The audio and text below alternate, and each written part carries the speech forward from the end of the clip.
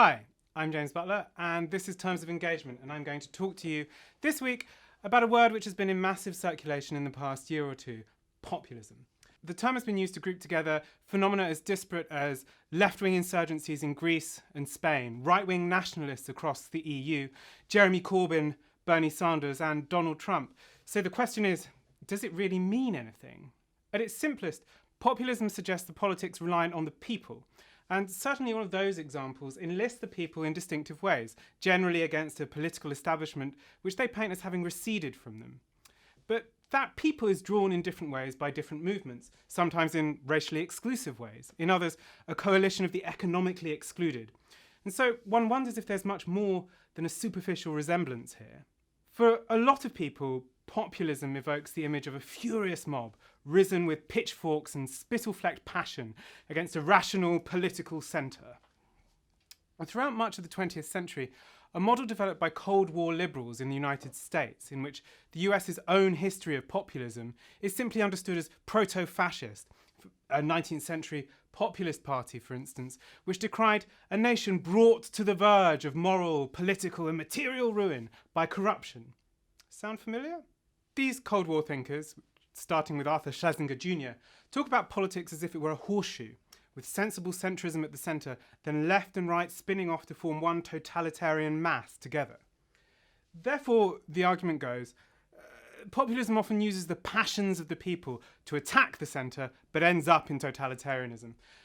This is an argument that was very convenient for a post-war society with a desperate need to ward off communism, but it's an argument that falls apart after a little scrutiny. Nonetheless, there are things that this school of thought can tell us that can be useful, like Richard Hofstadter's observation about the role of conspiracy theory in populist politics. The danger here is the exaltation of administration over politics itself, or the assumption that any kind of systemic theory amounts to conspiracy theory. In fact, Arthur Schlesinger would go on to condemn the dead centre of Clinton in the 90s and his assorted neoliberal administrators. But there's another specifically left-wing use of the term populism which is important, and that's the theory of populism put together by Ernesto Laclau and which animates the political practice of the Spanish anti-austerity party Podemos. This thinks about populism as a kind of political strategy which is available to all sides of the political spectrum. And it relies on the construction of a conflict between underdog and power via a series of demands which define a border between them. These demands might be resolvable, or they might form an unbridgeable gap which can dislodge the power and by forming a social majority against it. Importantly, this strategy arises out of a set of historical debates in which Laclau wanted to move away from classically left-wing theories of economics, politics and history, and which represent a gradual accommodation with capitalism and a preference for a radical democracy shorn of its economically transformative content. Importantly though, populism as a strategy has no fixed target. The enemy can be defined as Wall Street or the City of London, or the establishment, but there are plenty of racist or internal enemy populisms possible. In part, Laclau's adoption of populism comes from a kind of pessimism about capitalism's durability and how obsolete the economic concerns of traditional socialists were.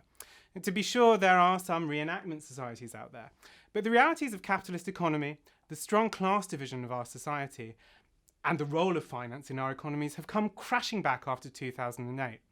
So for me, the real question about left populism is, can it draw together the scattered forces from the past 30 years, and can it draw them together sufficiently to win? And if it can, what does winning look like? There are limits. Some of these political projects don't look very much like populism at all. Corbyn, for instance, often sounds much more like a tribune of the oppressed than someone who's interested in constructing a social majority. And the right's enemies, migrants especially, make it a lot easier for them to use this strategy. In fact, beyond Podemos, it's very hard to think of many of these projects that talk about the people at all. What really unites them is their anti-systemic tendency. That is, they articulate a deep discontent with the way that things are. And this is the legacy, I think, of 30 years of governing parties withdrawing from the people they purport to govern, the rule of technocrats, the refusal to brook any argument at all over economics. To devotees of that system, the insistent re-entry of the people into politics will look like apocalypse. Yet there should be real concerns here.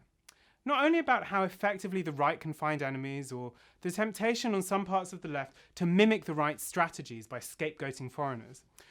One of the dangers is assuming that the antidote to decades of hollowed out democracy is to indulge every instinct or spasm, to reduce democracy to demagoguery, and to leave no space for reason or argument. The real difficulty, and the challenge for us, is to find a way to wed the energy, the hope and the vision of populist or anti-systemic movements to a renewed democracy, capable of real deliberation and decision, to generate a democratic culture as well as a political system wrested from the hands of the few. It is a tall order, but it might be our only hope.